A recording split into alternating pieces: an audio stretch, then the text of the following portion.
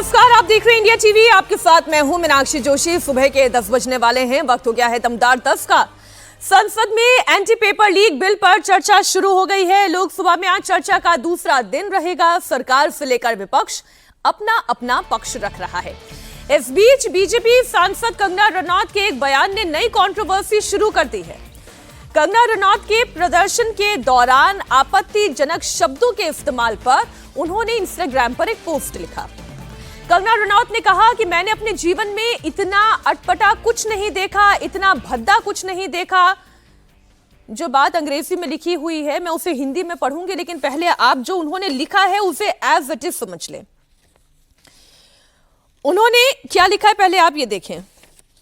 उन्होंने लिखा है unconventional career moves and they take accountability for their action. They have to cause they own and their own. मतलब वो पहले अपनी जनरेशन के बारे में बता रही हैं कि भाई बोल्ड और ताकतवर उसे कहा जाता है जो बड़े कदम लेता है, बोल्ड मूव करता है, ताकतवर दिखता है और अपने हिसाब से नए कदम उठाता है, अपनी जीवन की दिशा तय करता है। They don't do this at the cost of their parents and their families. वो अपने माता पिता के रहमो करम पर ये नहीं करता है। Here is a new generation of so-called westernized Indian women. बहुत गौर से इस बात पर ध्यान दीजिएगा। उन्होंने women की बात की है। उन्होंने क्या बोला है कि here is a new generation of so-called westernized Indian women, यानी कि जो पाश्चात्य संस्कृति से बहुत ज्यादा प्रभावित महिलाएं हैं, लड़कियां हैं, अब उनका एक नया सेगमेंट आ गया है। I call them generation gutter, यानी कि जिस जेनजी को हम बात कर रहे हैं वो उसे जनरेशन गटर कह रही हैं। Some of them have nothing to offer to the system. They are not good at studies but they are so ugly. वो इतने गंदे, इतने खराब दिखाई देते हैं, इतने करप्ट हैं that they can't be home makers, यानी कि वो होम मेकर नहीं बन सकते, वो किसी की पत्नी नहीं बन सकते। Either but they proudly flaunt their freedom of having drugs, drinks, endless body counts and shamelessly live off their parents' earnings and constantly fight to live independent lives. यानी कि अपने माता पिता के पैसों पर पलने के बावजूद इतनी filthy, यानी कि घटिया भाषा, घटिया संस्कार, घटिया चरित्र, सारी बातों का लबो लुबाब ये है। अब ये जो बात है, ये आज दमदार 10 में मैं पहला विषय क्यों लेकर आई हूं, उसके पीछे का कारण ये है कि कंगना रनौत मिलेनियल है। मैं भी उसी एज ब्रैकेट में आती हूँ, मैं भी एक मिलेनियल हूँ। मेरे अंदर भी ग्रज है। मेरे अंदर ग्रज इस बात का है कि आखिर चाहे लड़की हूँ चाहे लड़के हों, सड़क पर भद्दी भाषा, गालियाँ, इस तरीके की बातें कैसे कर सकते हैं। और सड़क पर ही क्यों, इतनी गंदी भाषा उनकी है क्यों, और कोई शर्मिंदगी नहीं है। ये मेरा भी ग्रज है, हो सकता है कंगना रनौत का यही ग्रज है, लेकिन इस ग्रज का कहने का मतलब ये नहीं होना चाहिए कि आप पूरी की पूरी जनरेशन को ही गटर ठहरा दें। आप पूरी की पूरी जनरेशन से आने वाली लड़कियों पर आप एक टैग लगा दें कि उनके बहुत सारे रिलेशनशिप हैं, माँ बाप के पैसों पर पल रही हैं, अपने दम पर अपना चरित्र, अपना करियर बनाने की ताकत उनके अंदर नहीं है। Don't call them generation gutter. Generation gutter कहना ठीक नहीं है। इंस्टाग्राम, अजीत द्विवेदी जी हमारे साथ स्टूडियो में मौजूद है। ये जो कंगना रनौत ने लिखा है, और ये 2 पोस्ट है, बहुत लंबी पोस्ट है, मैं क्या दोनों पोस्ट पढ़ के बताऊं, लेकिन ये इंस्टाग्राम पर जैसे स्टोरी डाली जाती है, व्हाट्सएप पर भी, इंस्टाग्राम पर उन्होंने स्टोरी डाली, लंबी चौड़ी स्टोरी थी। मैंने फिर जाकर चेक किया, वो स्टोरी अब वहां पर नहीं है। तो एक ये हो सकता है कि वो स्टोरी उन्होंने दबाव की वजह से डिलीट कर दी क्योंकि चौतरफा उनकी आलोचना हुई, पहली बात। और दूसरा ये हो सकता है कि भाई 24 घंटे के अंदर तो वैसे भी स्टोरी डिलीट हो जाती है, ये खुद ब खुद स्टोरी डिलीट हो गई।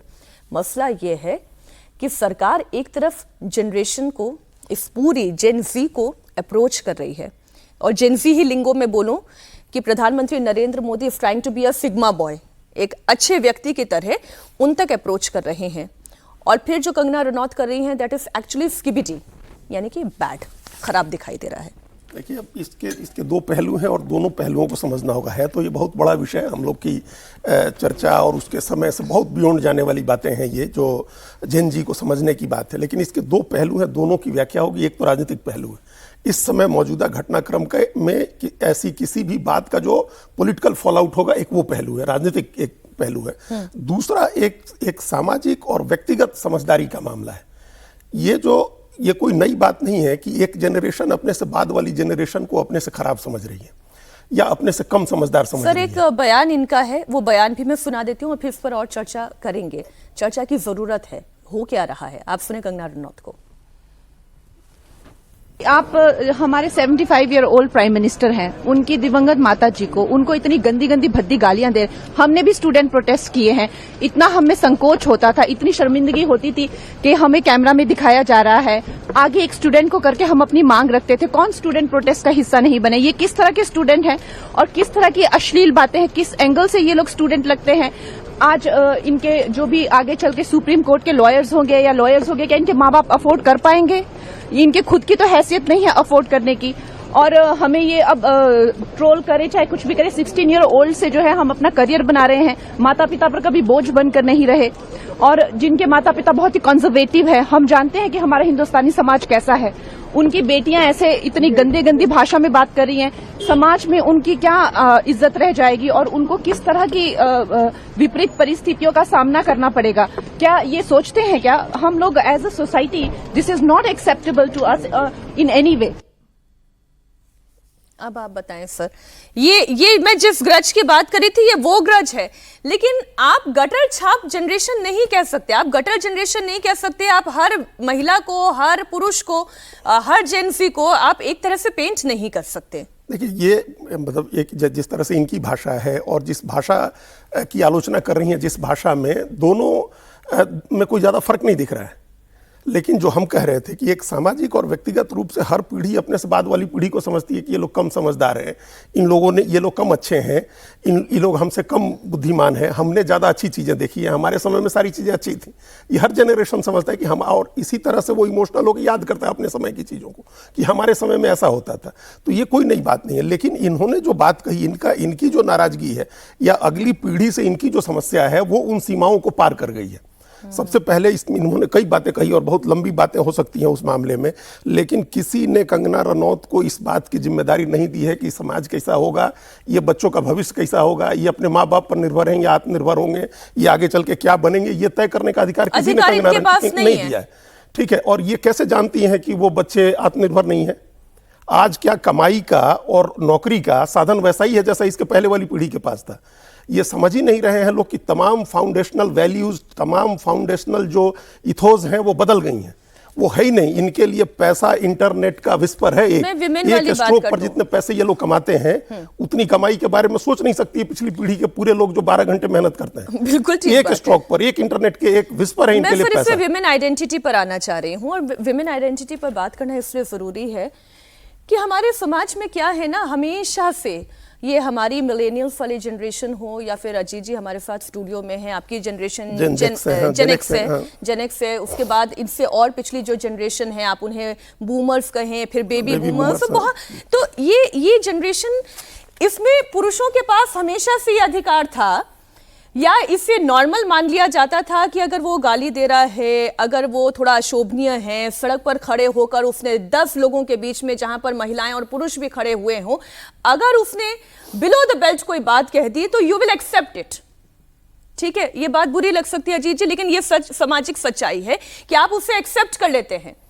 लेकिन जब एक लड़की गाली देने लगती है तब आपसे वो एक्सेप्ट नहीं होता, आपको बुरा लगता है। क्यों? अरे सारी मर्यादाओं का जिम्मा, बोझ क्या लड़कियों ने, महिलाओं ने ही अपने कांधों पर ले रखा है? मेरा सवाल ये है। बिल्कुल ठीक बात कही आपने। बहुत बुरा लगा कि अच्छा चलो महिलाएं गाली दे रही है, मैं तो लड़कों की भी गाली देने पर उतनी ही आहत होती हूँ जितनी लड़कियों की गाली देने पर होती हूँ। नहीं, जिस तरह जो तनु वेट्स मनु में जो कैरेक्टर प्ले किया है कंगना रनौत ने स्वयं, उस कैरेक्टर की कितनी लड़कियां दिखती हैं आपको? और जब उन्होंने किया था उस समय तो और भी नहीं दिखती थी।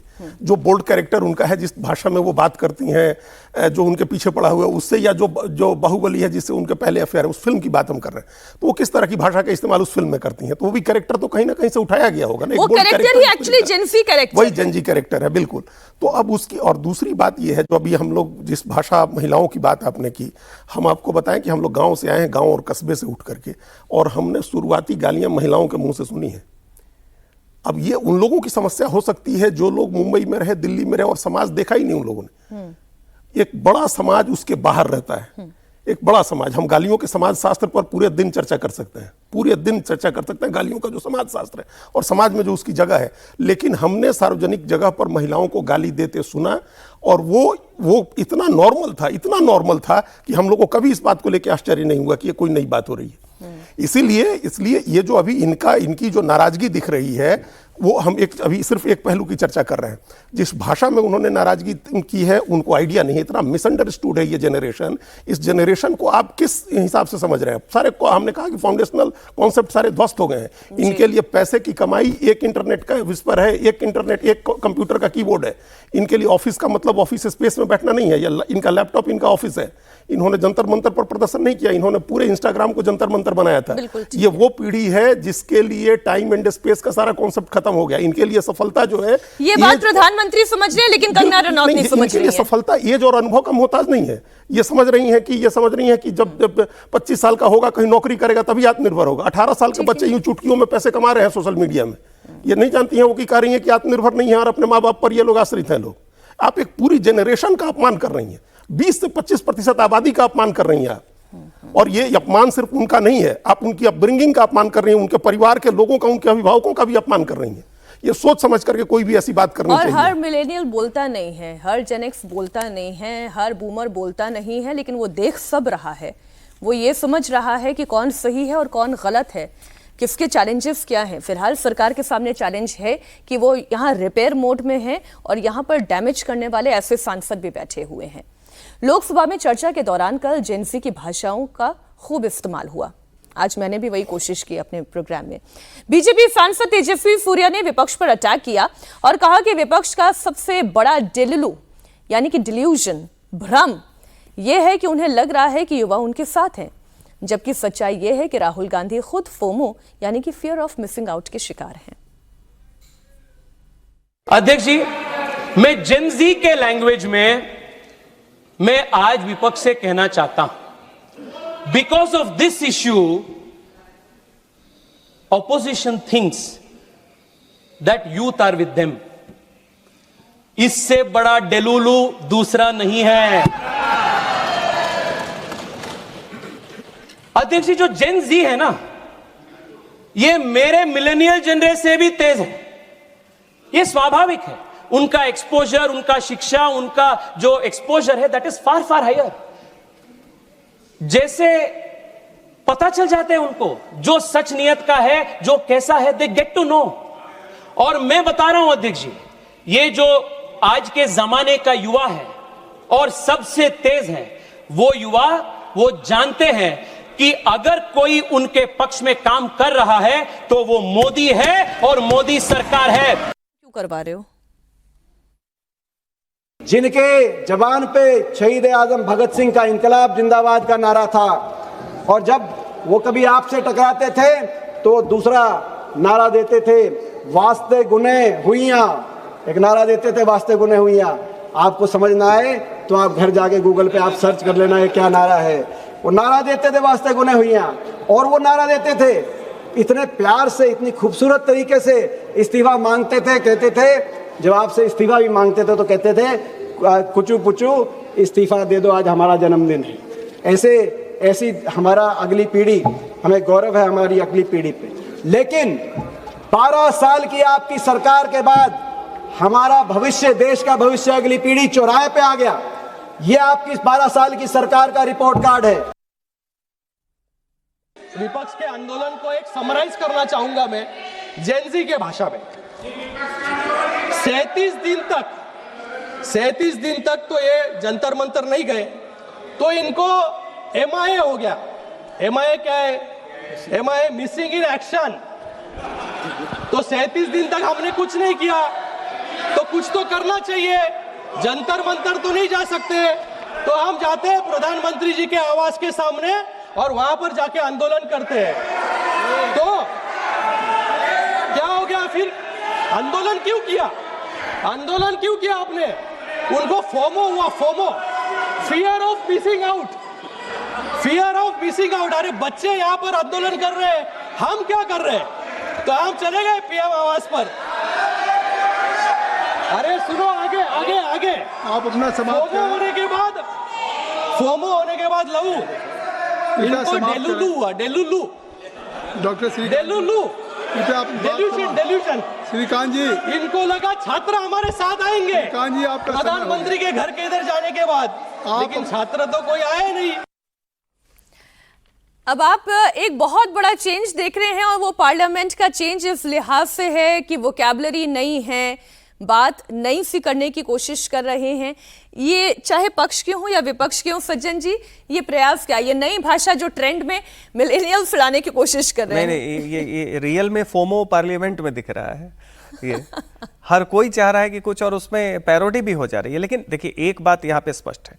पहली बात, इस जनरेशन ने ये संदेश दिया है कि भाई उनके अपने मानक हैं सामाजिकता को तय करने का और राजनीतिक मानकों को तय करने का, पहली बात। दूसरी बात ये है कि ये जो प्रोटेस्ट हुआ, इसमें कोई जनरेशनल गैप उस तरीके का नहीं है। इसमें बहुत सारे मिलेनियल्स हैं, जितने जो स्विगी से ऑर्डर हो रहे थे, जोमेटो से ऑर्डर हो रहे थे, जितने जो लोग हैं, पेरेंट्स वहां पे आके फाइनेंशियली सपोर्ट कर रहे थे, वो कौन है? सब मिलेनियल्स हैं, जनरेशन एक्स वाले लोग हैं। तो उस तरीके से एक जनरेशनल कोलैबोरेशन भी है। लेकिन हाँ, ये बात जरूर है कि नैतिकता के मायने में इनके भाषा के ऊपर आपत्ति हो सकती है, लेकिन उसके कारण इस पूरी पीढ़ी को नकारना, उनके पेरेंटिंग को नकारना, जो अभी अजीत जी बात कर रहे थे कि इनके माता पिता को एक्सपोज करो, क्या किया है। सर, मैं इसे अब नंबर गेम में लेकर आती हूँ। नंबर गेम यानी कि आज की तारीख में यदि चुनाव हो जाए, आज की तारीख में यदि चुनाव हो जाए तो आज सरकार की स्थिति क्या है और विपक्ष की स्थिति क्या है। मैं इसमें बीजेपी की बात नहीं कर रही हूँ, मैं राहुल गांधी की बात कर रही हूँ, मैं उद्धव ठाकरे की बात कर रही हूँ, मैं तेजस्वी यादव की बात कर रही हूँ। आज की तारीख में इनकी स्थिति क्या है? केवल वोकैबुलरी से तो युद्ध आप नहीं जीत सकते। नहीं, वो तो पैरोडी हो रहा है। देखिए, वो एक मौसम चलता है कि अब अचानक नेपाल में जो घटना हुआ, उसके बाद जेनजी टर्म पॉपुलर हो गया, और अपने यहाँ जो स्टूडेंट मूवमेंट हुआ, उसके बाद हर कोई इनकी लिंगों को एडॉप्ट करने की कोशिश कर रहा है। सवाल ये है कि ये जो जनरेशन है, ये ना तो किसी आइडियोलॉजी से बंधा हुआ है और ना तो किसी पॉलिटिकल पार्टी से परमानेंटली अपने आप को बांधता है। इसका रेफरेंस इसका अपना अनुभव है। वैसी स्थिति में आज अगर हो जाए तो संख्या की दृष्टि से, चूंकि जिसे आप जेनजी कह रही हैं, और उसमें थोड़ा और भी 15 से 30 साल वालों को आप जोड़ लें तो 25%, 1/4 आबादी है इनकी, मुखर है, और इनके ऊपर एक डिजिटल सॉलिडेरिटी भी है जो कि रिफ्लेक्ट हो सकता है एक्शन में। वैसी स्थिति में हर पार्टी जो है वो ये केयरफुल है कि इनको साधिए, और वही आपका दिख रहा है। लेकिन सवाल यहां यह भी दिख रहा है कि इनके इमेजिनेशन में जब बीजेपी और प्रधानमंत्री मोदी जैसी पार्टी को एहसास कमतरी हो रही है कि उन्हें अपनी स्ट्रेटजी बदलना पड़ रहा है, तो विपक्षी पार्टियों को तो आप हाल जानते हैं, वो तो कहीं नहीं। बीजेपी जो, और खासकर प्रधानमंत्री मोदी जो युवा शक्ति और यूथ एज अ फैक्टर को हमेशा साधते रहते हैं, जब उन्हें अपनी स्ट्रेटजी कम्युनिकेशन की चेंज करनी पड़ी जी, तो आप विपक्षी पार्टियों की स्थिति की कल्पना कर सकते हैं। तो सबसे बड़ी बात यह, देखिए, अभी भी विपक्ष पीछे ही दिखाई दे रहा है, निश्चित पीछे दिखाई दे रहा है। चूंकि लैंग्वेज में कोई ये नहीं, ये तो आप परफॉर्मेटिव एक्शन कर रहे हैं ना, परफॉर्म कर रहे हैं उनकी लैंग्वेज मैं तो सर कल पूरे पार्लियामेंट में जो चर्चा हुई उसी के आधार पर ये कहूं कि शिक्षा में सुधार कैसे हो, परीक्षा तंत्र में सुधार कैसे हो, विपक्ष के पास इस पर दिए जाने वाले सुझावों की मैं सोच रही थी कि शायद कोई सुझाव आएगा, लेकिन कोई सुझाव नहीं था। केवल वो आरोप थे जो सरकार के ऊपर लगे। अब मसलन बात प्रियंका गांधी की कर ले तो प्रियंका गांधी के 3 टारगेट थे।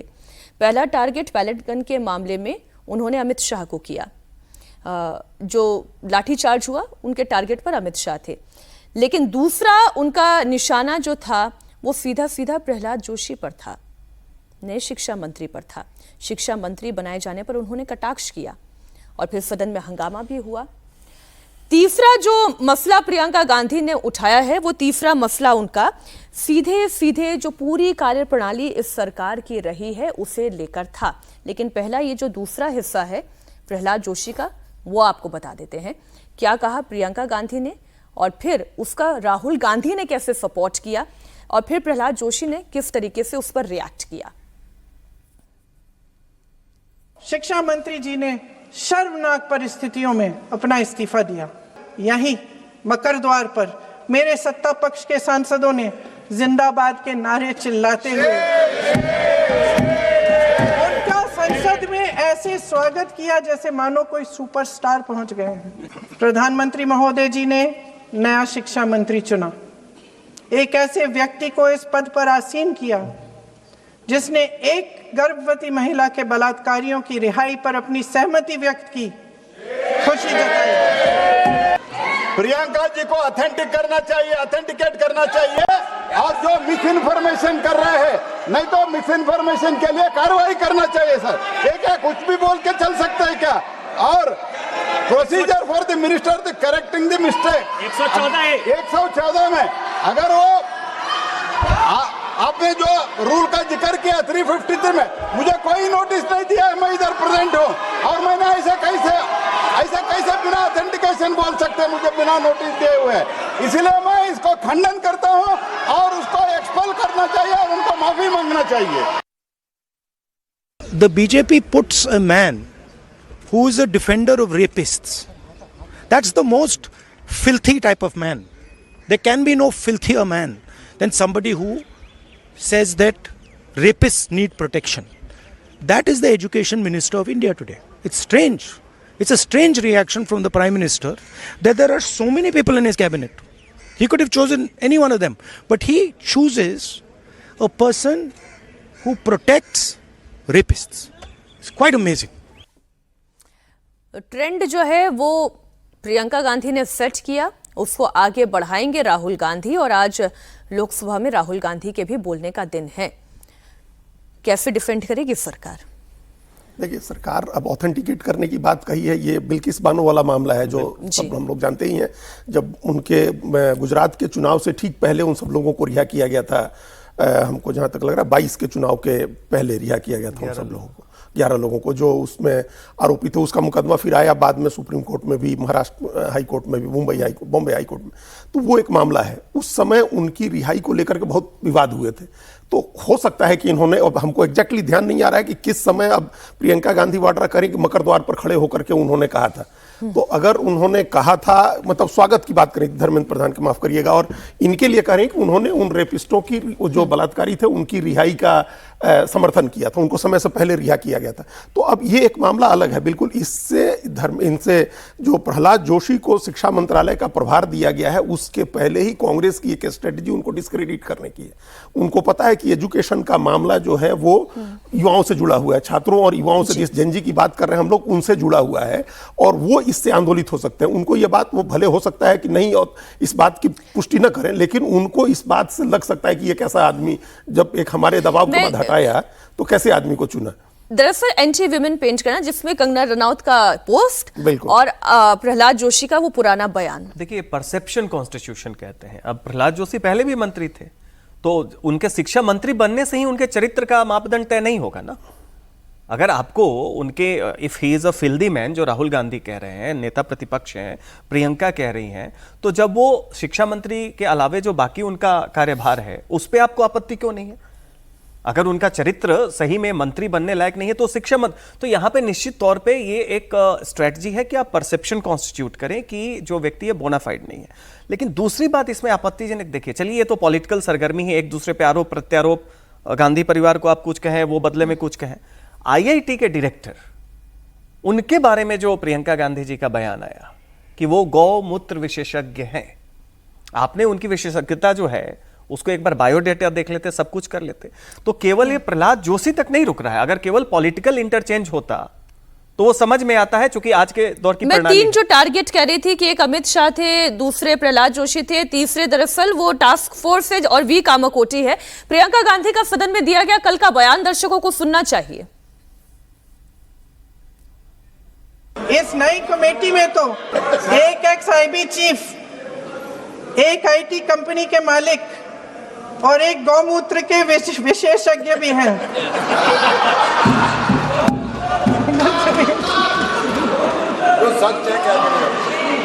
इन्हें शिक्षा के बारे में क्या पता जी। सर, फास्ट ट्रैक कोर्ट्स का रिकॉर्ड पहले से ही बहुत खराब है। वैसे भी कल की सुनवाई में सीबीआई का वकील पेश ही नहीं हुआ। संसद में विपक्ष को दोषी ठहराने से, खोखले राजनीतिक खेल खेलने से काम नहीं चलेगा। आप जेन जी का भरोसा वापस जीतना चाहते हैं तो नए नए एंगल से, अपने फोन से नए नए वीडियो बनाने से नहीं होगा।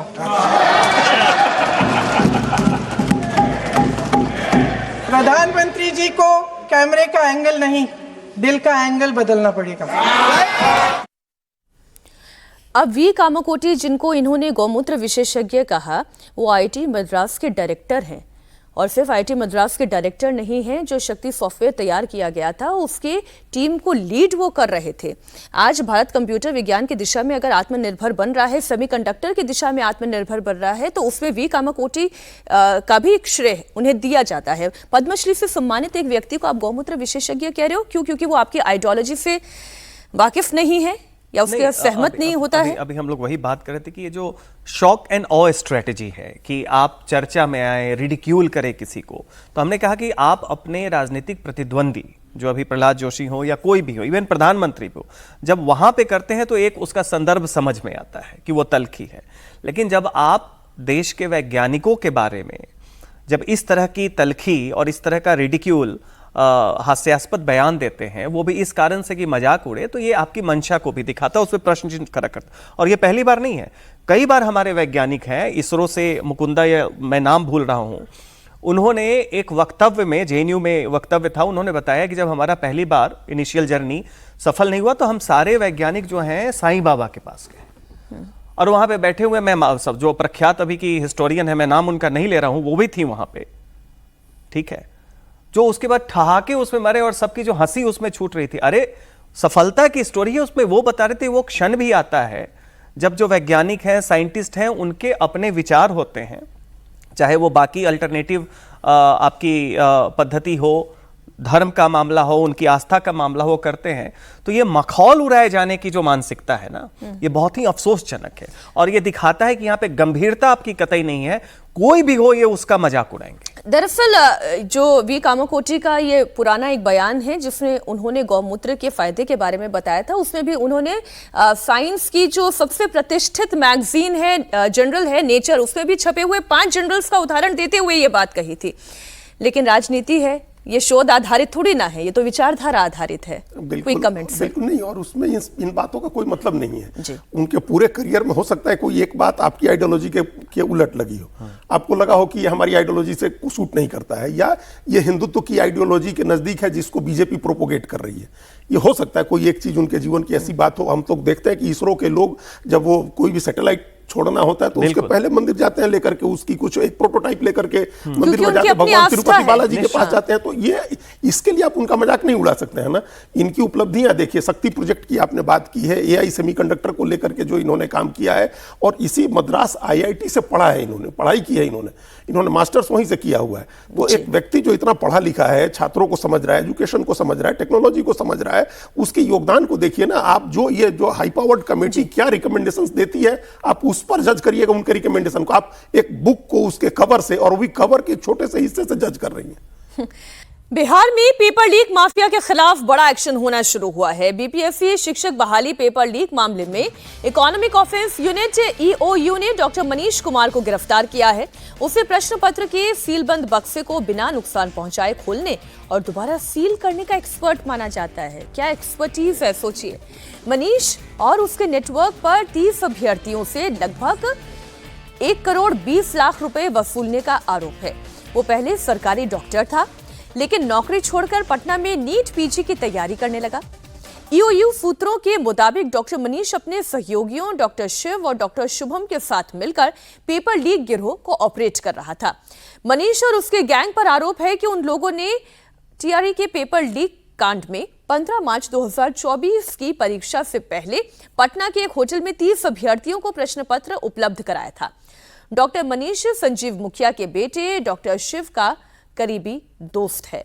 अब असल में यह कानून कैसे काम करता है, इसका लिटमस टेस्ट होगा अभी हालांकि ये कानून पास नहीं हुआ है, लेकिन संजीव मुखिया वाले मामले में जो हमने देखा, इसलिए तो इस तरीके के एक्शन प्लान की जरूरत थी सरकार से। बिल्कुल, और ये हम लोग सारी चर्चा नीट और ये उसके एनटीए के इर्द गिर्द सिमट जा रही है। परीक्षाएं बहुत सारी होती हैं, जैसे ये टीआरई की परीक्षा है, इसी तरह से पुलिस भर्ती की परीक्षा है, या टीईटी की परीक्षा होती है। इन परीक्षाओं में भी प्रश्न पत्र लीक होते हैं और 10 तरह की दूसरी गड़बड़ियां होती हैं। प्रश्न पत्र लीक होना एक पहलू है, इसमें चीटिंग का भी मामला आएगा कि चीटिंग कैसे होती है, जो एग्जाम सेंटर्स हैं उनको कैसे मैनेज किया जाता है। पहले क्या बिहार में, ये जो अभी बिहार से अगर शुरुआत हो रही है तो एक मॉडल समझने की जरूरत है। वहां अनेक लोग इस बात के एक्सपर्ट हैं कि सील बंद, उसको कैसे सील खोल करके और फिर उसी तरह से बंद कर देंगे, उसके एक एक्सपर्ट है ये। फिर एक इंजन और बोगी का कॉन्सेप्ट चलता था उस जमाने में, जब एक जैसा प्रश्न पत्र होता था तो एक समझदार व्यक्ति आगे बैठता था और उसके पीछे कई लोग उसकी वो लिखता था, उसको देख करके नकल करके पास होते थे। ये नकल करने का एक सिस्टम होता था। फिर परीक्षा पत्र को सेट मैनेज करके, जो 2024 के नीट में हुआ था, उस तरह से हर देश के अलग अलग हिस्सों से लोग उस सेंटर को चुनते थे, वहां मैनेज किया जाता था, उनको वहां पास कराने लायक उनकी परीक्षा कराई जाती थी। तो ये तमाम तरह के मॉडल्स हैं। इन हर तरह के मॉडल्स को, ये जो नया पेपर लीक कानून है, अभी दुर्भाग्य से तो 9 घंटे की चर्चा में हमने उस पर तो चर्चा कम ही सुनी। 9 घंटे की कल की चर्चा जो हुई है इस पेपर लीक बिल को लेकर के, उस पर लोग कम बोले। उस पर बोले, उसमें कोई सुझाव है वो सुझाव दे। अलग अलग राज्यों के लोग अगर कोई नया मॉडल जानते हैं कि इस तरह से परीक्षा में गड़बड़ी कराई जाती है, उसको बताएं सरकार को, उसको ऐड करने के लिए कहें सरकार से कि इसको भी ऐड किया जाए, तो ताकि तब कॉम्प्रिहेंसिव एक आप रिफॉर्म की बात कर सकते हैं कि हर पहलू से आप इसको रोक देंगे। ये काम होना चाहिए, हर पहलू से रोका जाना चाहिए। प्रश्न पत्र लीक होने से, परीक्षा केंद्र मैनेज होने से, परीक्षा में बिठा करके लोगों से नकल कराने से, और ये जो होता है कि जो सीबीटी में भी होता है कंप्यूटर बेस्ड टेस्ट में, कि हैक करके और बाहर से प्रश्न पत्र सॉल्व कराने में, इन तमाम तरह की चीजों को रोकने की जरूरत है। बिल्कुल ठीक बात है। बात छात्रों के आंदोलन की भी हम कर लें। ये आंदोलन तो खत्म हो चुका है, लेकिन अब प्रदर्शनकारियों पर पुलिस के एक्शन को लेकर एक नया बवाल है। जंतर मंतर प्रोटेस्ट में शामिल एसएफआई नेता आयशी घोष को ढूंढते हुए दिल्ली पुलिस सीपीआईएम के हेडक्वार्टर पहुंची और इस पर सियासत तेज हो गई। सीपीआईएम का कहना है कि दिल्ली पुलिस एक पुराने केस के बहाने एसएफआई नेता आयशी घोष को गिरफ्तार करने के लिए हेडक्वार्टर पहुंची थी। सीपीआईएम आरोप लगा रही है कि दिल्ली पुलिस चुन चुनकर उन लोगों पर एक्शन ले रही है जो जंतर मंतर प्रोटेस्ट में शामिल थे। हालांकि इससे पहले कि दिल्ली पुलिस आयशी को हिरासत में लेती, वहां पर सीपीआईएम के राज्यसभा सांसद जॉन ब्रिटास पहुंच गए। इसके बाद सांसद जॉन ब्रिटास और दिल्ली पुलिस के बीच में काफी देर तक बहस होती रही। सांसद जॉन ब्रिटास ने आयशी घोष के खिलाफ पुलिस के एक्शन का कड़ा विरोध किया।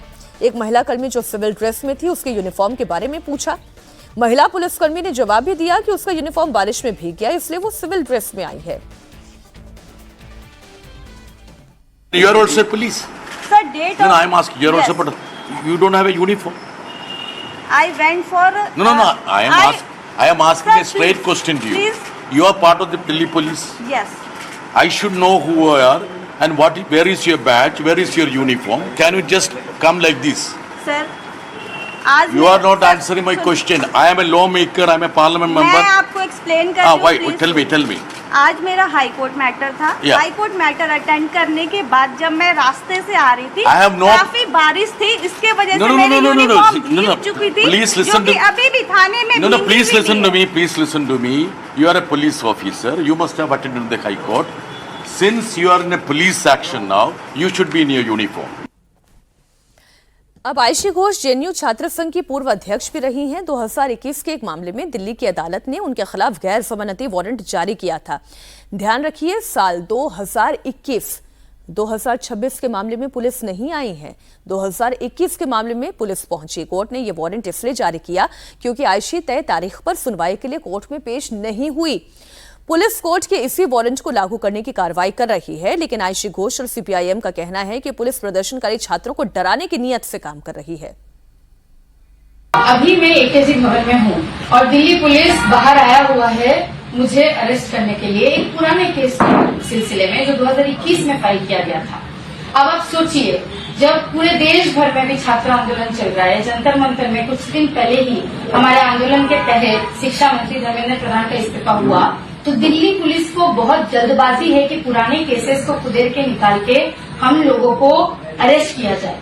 हमने दिल्ली पुलिस को साफ बोला है कि आपको अगर लगता है कि ऐसे अरेस्ट करके हमारे जैसे छात्रों का आवाज आप दबा सकते तो ये होने वाला नहीं है। आप अरेस्ट कीजिए, आप जेल में डालिए, कितने दिन भी आप डालिए, हम लड़ने वाले हैं। एसएफआई की नेता पर दिल्ली पुलिस ने एक्शन लिया तो उनके सपोर्ट में सीजेपी भी खड़ी हो गई। सीजेपी के आशुतोष रांका धमकी दे रहे हैं कि अगर आयशी घोष को कुछ हुआ तो सरकार ऐसा विरोध प्रदर्शन देखेगी जो पहले कभी नहीं हुआ। यानी अब सरकार के खिलाफ लेफ्ट और सीजेपी एकजुट हो गए हैं।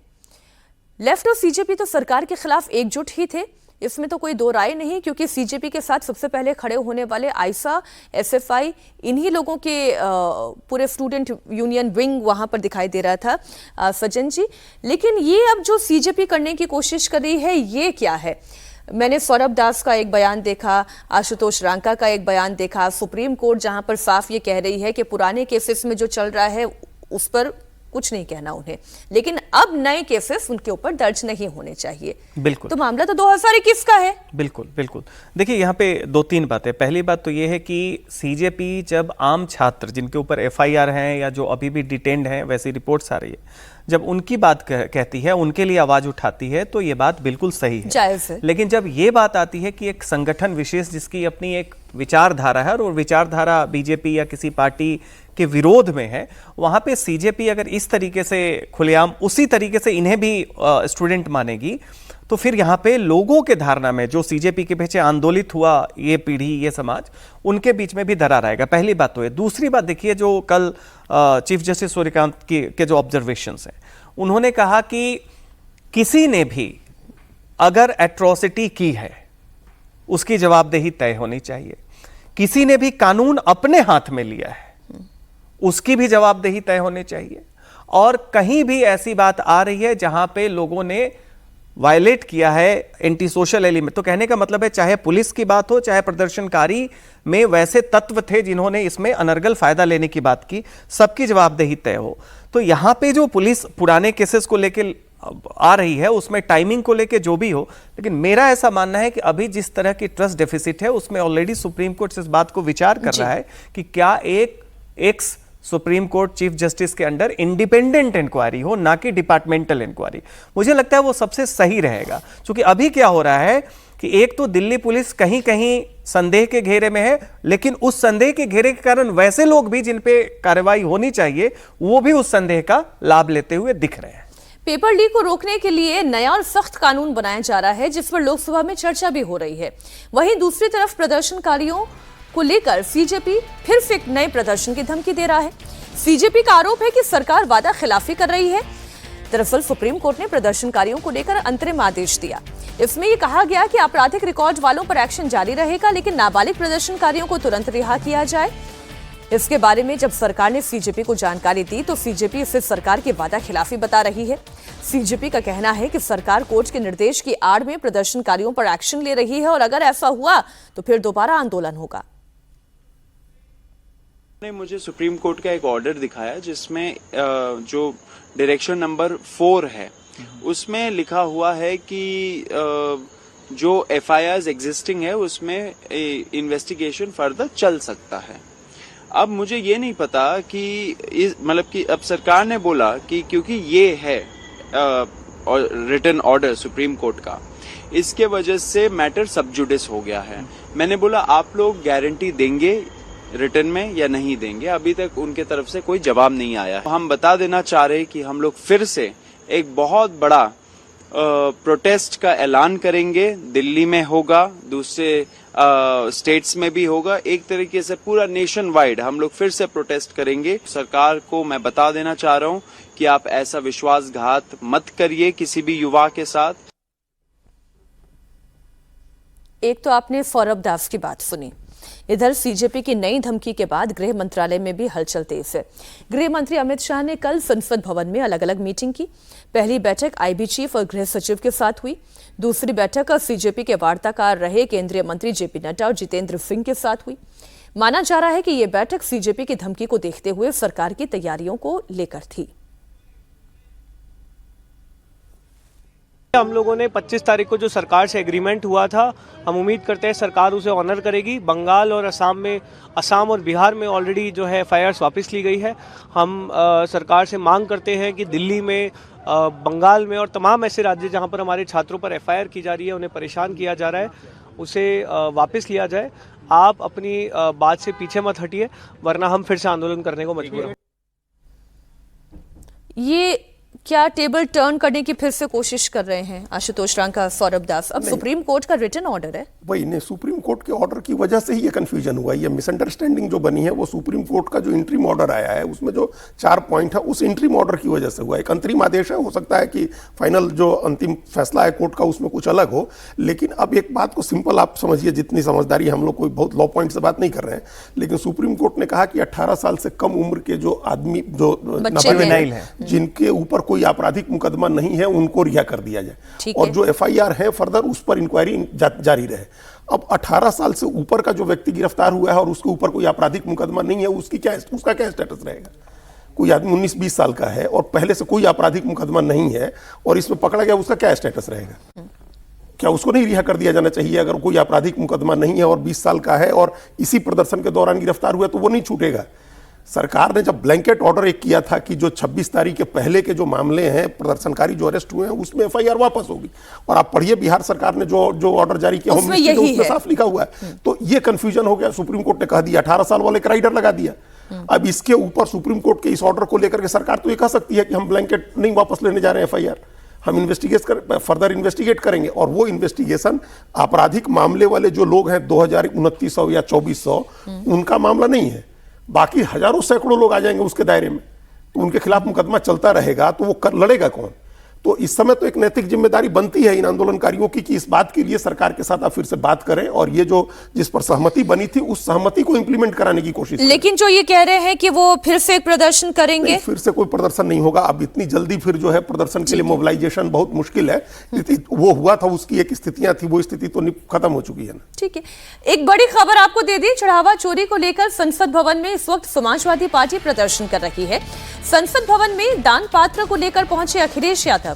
चढ़ावा चोर गद्दी छोड़ के पोस्टर लेकर पहुंचे हैं समाजवादी पार्टी के सांसद।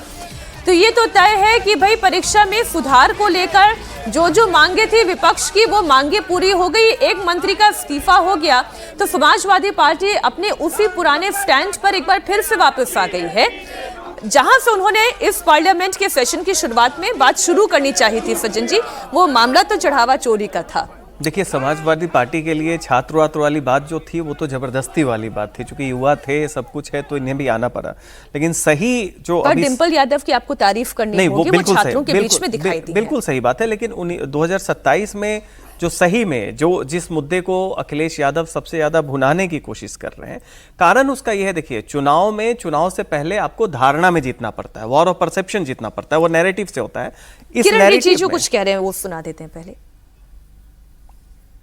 He uses, which is not good for democracy, which is not good for our country. Thank you, sir. बोलते हैं ये ठीक बात का भाषण में कम से कम 5 मिनट तो बिल पे बोले, कम से कम।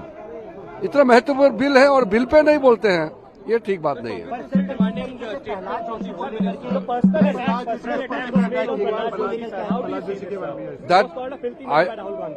Rahul Gandhi is using all kind of undemocratic and those very abusive languages which is not in the setting.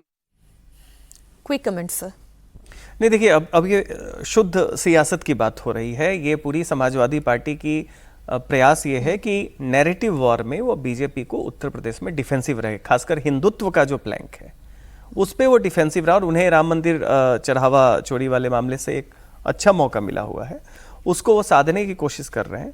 और ये भी दिखा रहा है कि स्टूडेंट वाला इशू जो है वो बहुत ही इमोशनल इशू नहीं लग रहा है, क्योंकि जितनी जल्दीबाजी दिख रही है, हालांकि एक ये भी हो सकता है कि आप हर मोर्चे पे घेरे कि छात्र के मोर्चे पे, राम मंदिर वाले पे, E20 वाले मुद्दे पे ये भी लोग बहुत सारे प्रयास कर रहे हैं। लेकिन यहाँ पे सीधी सी बात है कि सदन का सबसे मुख्य दायित्व है, इसे डेलिबरेटिव चैम्बर बोलते हैं, बहस का केंद्र बोलते हैं। आप देखिए कि वो सबसे पीछे है और जो बात अभी संसदीय कार्य मंत्री किरण रिजिजू ने कही कि आप 5 मिनट ही बोले सही, लेकिन कम से कम बिल पर तो कुछ बोले।